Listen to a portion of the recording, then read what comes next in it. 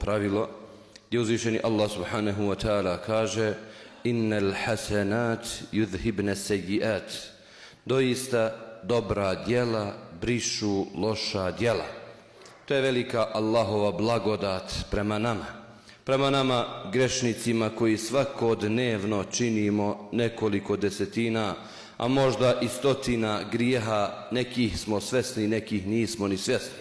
Stoga uzvišeni Allah subhanahu wa ta'ala i svoje milosti prema nama dao je da određena djela koja činimo, direktno je spomenut u hadisima Allahovog poslanika Muhammeda sallallahu alejhi ve sellem, da nam brišu grijehe koje počinimo. Pazite, učinimo grijehe, ne prođe određeno vrijeme, čovjek učini to dobro djelo koje ćemo kasnije spomenuti ili neka od tih dobrih djela, iz milosti Allahove njemu bude pobrisano to loše djelo.